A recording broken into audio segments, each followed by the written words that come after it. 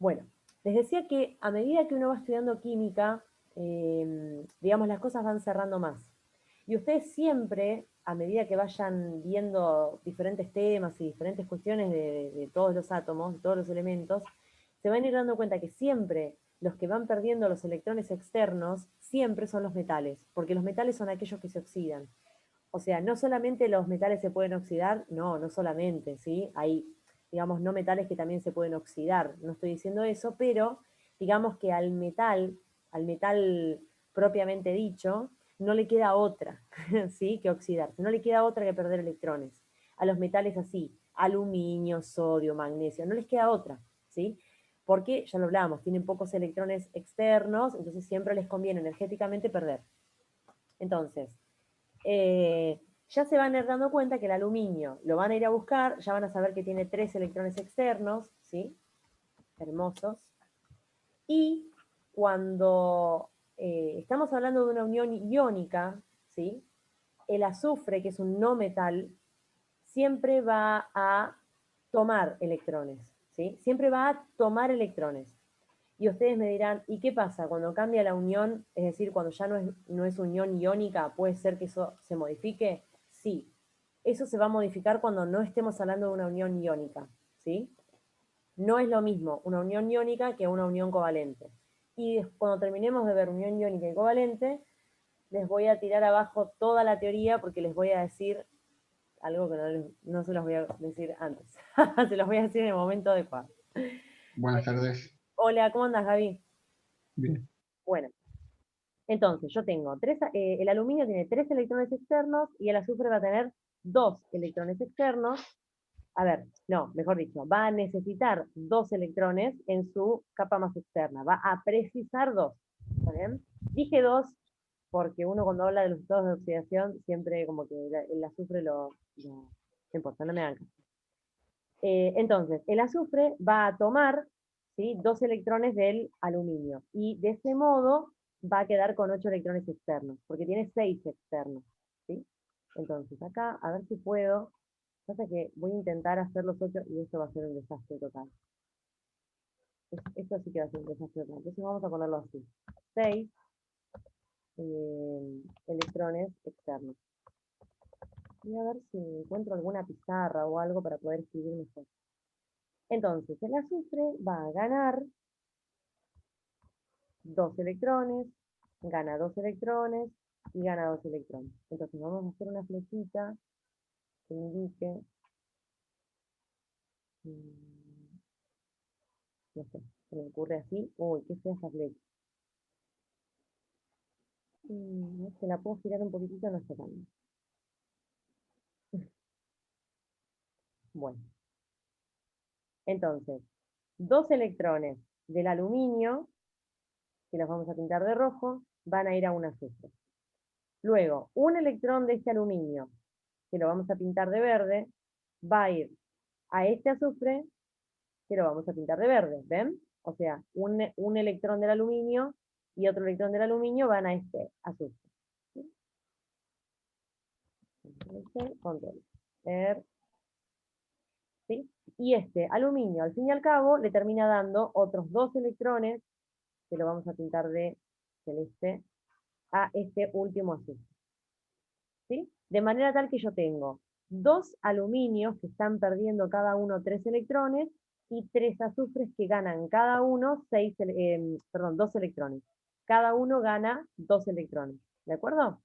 Entonces, cuando yo vaya a hacer lo importante o lo más importante, que es escribirlo de manera correcta, lo que voy a hacer es lo que estábamos hablando recién, ¿sí? Que es, esperen que tengo cositas acá arriba y tengo, voy a poner el aluminio, ¿sí? Que el aluminio, ¿qué es lo que le va a pasar? El aluminio va a tener una carga de +3, ¿sí? Porque el aluminio pierde 3 electrones. O sea, esto no tiene ninguna modificación en lo que estábamos haciendo antes.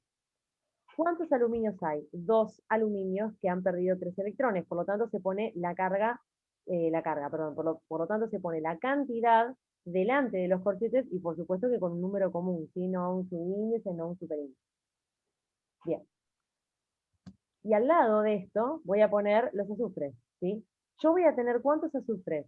3 azufres que van a ganar 2 electrones cada uno. Por lo tanto, esto me va a quedar así. Ahí vamos. 2,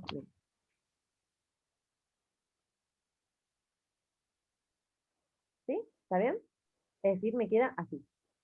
Esto es lo correcto. Yo lo veo así y fíjense, 2 por 3 más, o sea, 2 veces 3 más, estas son 3 cargas positivas. Y 3 veces 2 menos son 6 cargas negativas. O sea, 6 cargas positivas y 6 cargas negativas, esto me da 0. ¿Sí? O sea, me da neto 0. ¿Ven? Miren. Igual a 0 la carga. ¿Sí? ¿Ven acá? ¿De acuerdo? Entonces, bien. Em, Entonces, obviamente que cuando uno tiene un papel, esto no lo hace así, ¿sí? Obviamente. Yo se los estoy como esquematizando lo mejor que puedo para que ustedes puedan verlo mejor. Pero esto, digamos, lo que corresponde es que ustedes le hagan los 6 puntitos al azufre, que son los 6 electrones que son propios del azufre, y luego le agreguen con una flechita, por ejemplo, los 2 electrones externos que vienen del aluminio, ¿sí? Y a cada uno de los azufres que le hagan lo mismo. Entonces, bueno, de esa manera queda bien esquematizada la Lewis. Eso se llama estructura de Lewis, ¿sí? Que la estructura con los puntitos, con las crucecitas. Y luego, al final, siempre la estructura con los corchetes que a mí me muestra que ustedes entendieron la cuestión de las cargas, sobre todo, ¿sí? Que es cuando un ion pierde o gana, cómo queda cargado y cómo, al fin y al cabo, la unión química me queda neutra, ¿sí? Porque me queda igual a 0 la carga. ¿Está bien? Sí. ¿Entendió? Sí. ¿Hay Perfecto. que poner algún elemento antes del otro? No sé, el que gana electrones antes del que pierde. Muy buena pregunta. Acá en esta estructura, mira, que yo sepa, no. La verdad que yo nunca discriminé, jamás, nunca, nunca, nunca, nunca. Cuando uno hace una estructura molecular así, ¿sí? Una fórmula molecular, estas son fórmulas moleculares, aunque estas no son moléculas, pero bueno. Quiero decir, cuando uno escribe la fórmula, ¿sí?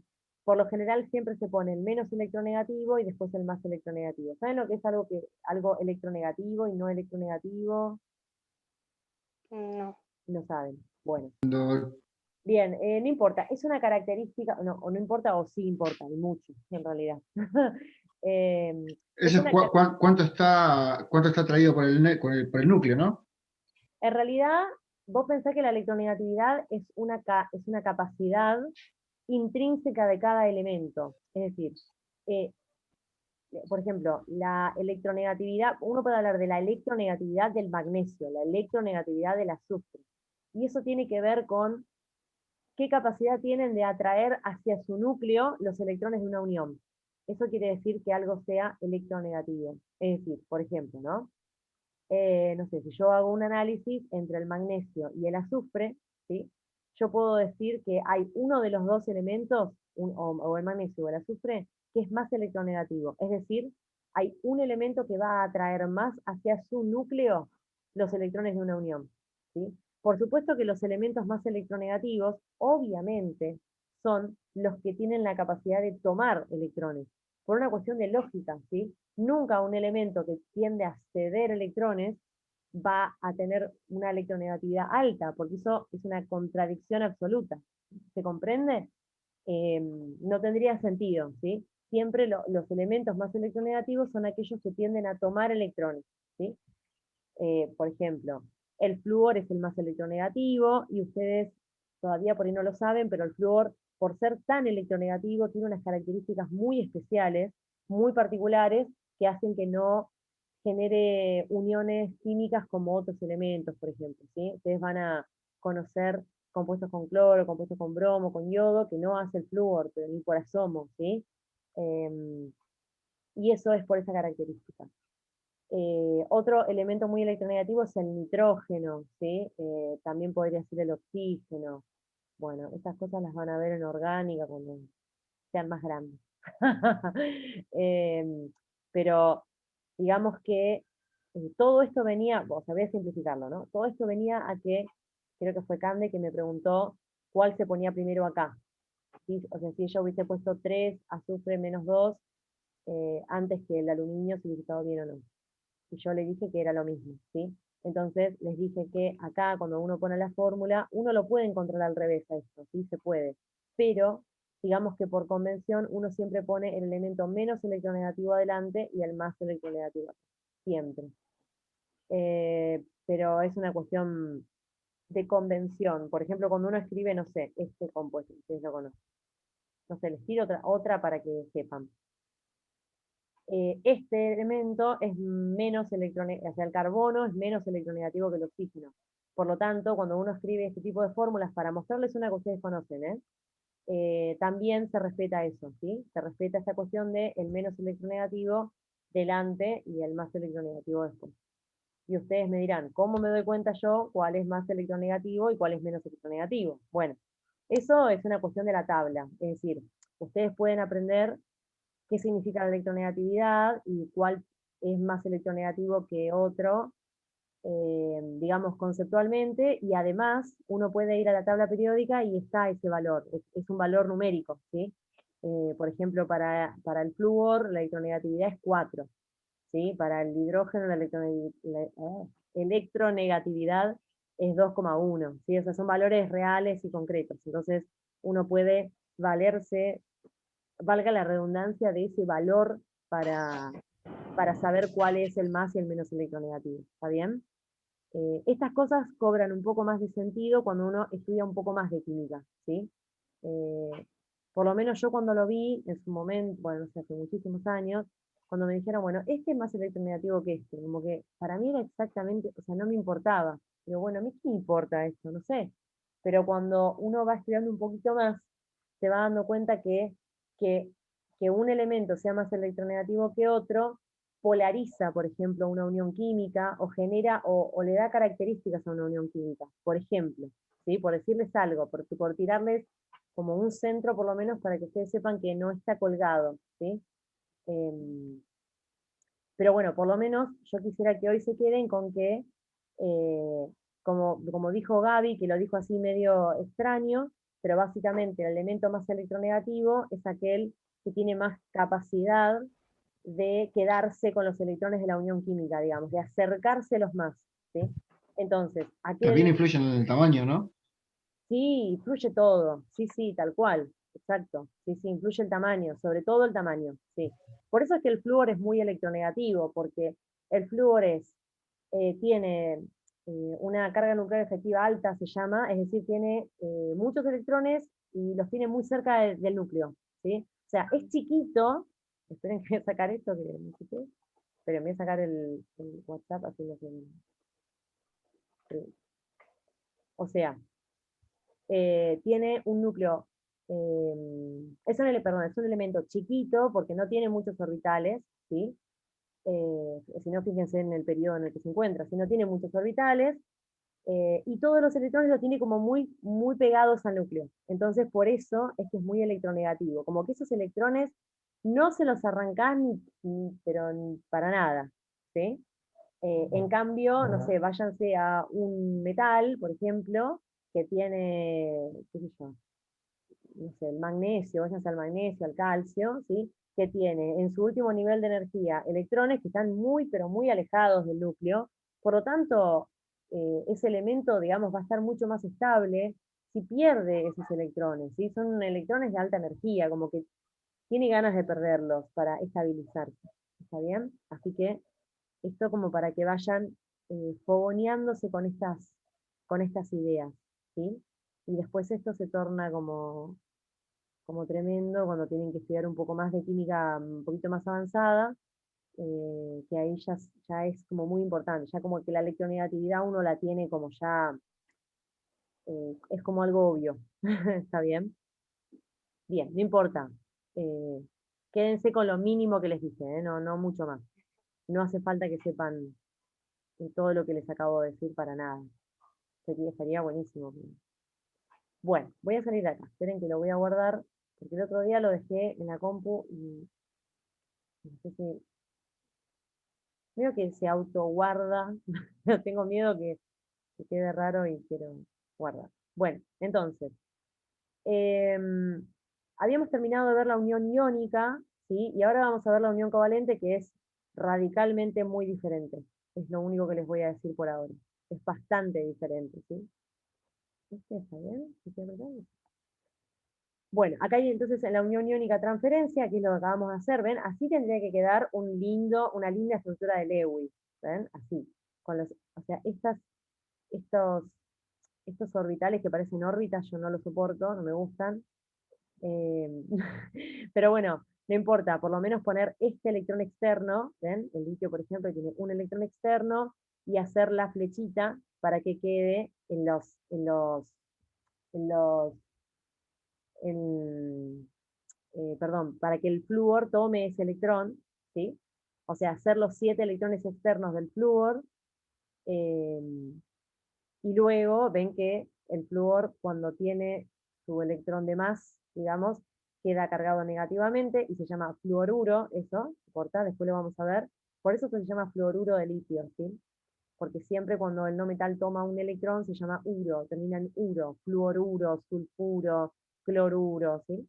Y acá tenemos el litio que perdió su electrón externo y quedó positivo, ¿sí? O sea, estos electrones no hace falta que los escriban, porque son electrones de la capa anterior. A mí no me interesan los de la capa anterior. Siempre cuando yo hago una unión iónica o covalente o la que haga, los electrones que me importan son los electrones que se ponen en juego en la unión química, no todos los electrones, ¿sí? Recuerden que cuando yo hago una configuración electrónica, yo, listo, te muestro con una configuración electrónica dónde están todos los electrones del litio, dónde están todos los electrones del flúor, todos, todos, todos. Ahora, ¿yo con qué me quedo de esa configuración electrónica? Yo me quedo con la configuración electrónica externa, que es la que me dice dónde están y cuántos son los electrones externos, que son los que se ponen en juego en la unión. ¿Sí? Los otros no me importan. ¿De acuerdo? Están todo bien con los otros, pero no es algo que me interese, ¿sí? O sea que estos, por ejemplo, estos dos, no me importan, y estos dos del primer nivel del flúor tampoco me interesan los 7 externos y el este externo.